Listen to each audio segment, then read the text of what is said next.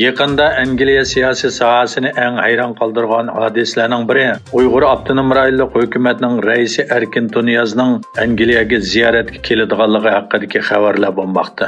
Shuningdek, uning boshqa bir qism Yevropa davlatlarida ziyoratda bo'lishi ham oshkorlangan. Kishilik huquq kuzatish tashkiloti bu vaqtda e'lon qilgan bayonotida Xitoyning Sharq Turkistondagi irqiy qirg'inchiligida bevosita qo'li bo'lgan Erkin Tunyazning Angliya va Belgiya ziyorati ayblanish bilan birga uning sudga tortilishi kerakligi o'ttirg'a qo'yildi. Egilinishçe, Dünya Uyghur Qurultayı'nın rehberligida safarbarlik yig'ini ochgan Uyg'ur ommaviy tashkilot vakillari Turkiyaning Kahramanmaraşni markaz qilgan yer davrashining ta'siriga uchirgan rayonlarga taxminan 1 million turk lirasi iona to'plagan. Shuning bilan birga o'xshamagan shaharlarga 300 ga yaqin Uyg'ur fidoi avatilgan. Yana bir tarafdan Amerikada yashaydigan Uyg'ur korxonachi Quzat Altay Turkiyada yuz bergan yer davrashidan keyin o'zining shirkati Kiyevdagi vakolatdan $100,000 iona qildiganligini, shuning bilan birga iona to'plash faoliyati boshlaganligini e'lon qilgan edi. Turkiyadagi saxovatchi naqshchi Haluk Levant ijtimoiy taratquy hisobida Quzat Altayning shirkatiga vakolatan va faoliyat natijasida to'plangan jami $256,800 ni Ahbab jamiyatiga avatganligini bildirdi. Xitoyga tavada qaralgan iqtidorli havo shari Amerika cho'nqurg'uligidan uchib o'tgandan keyin Amerika 6 Xitoy shirkatini qora tizimlikka kirgizdi.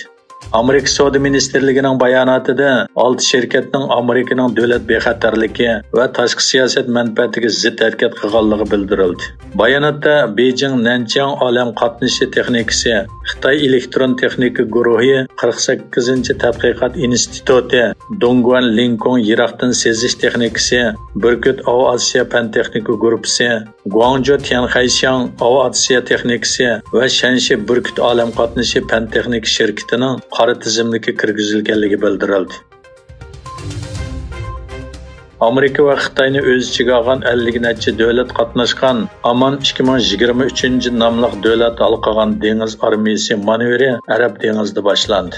Egilinishçe 2007 yıldan buyon har 2 yilda Pokiston tarafdan uyushtirilgan va Amerika, Xitoy va Turkiya qatorliq 50 necha davlatning dengiz armiyasi qismlari qatnashgan manevrning 5 kun davomlashishi mo'ljallanmoqda.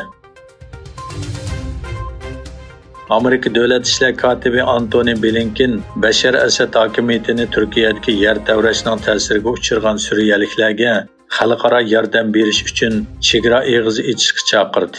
Yana bir tarafdan Birlashgan Davlatlar Tashkilotida asrlik ofat deb tasvirlangan Kahramanmaraşni markaz qilgan yer davrashining Turkiya va Suriyaga ko'rsatadigan ta'siri muzokara qilindi.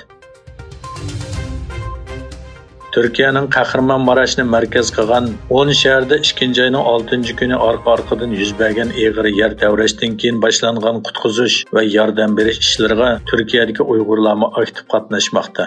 Uyg'urlar ofat rayonida polo etib tarqitib, ofat kuchirgan kishilarga illiqlik ko'rsatmoqda.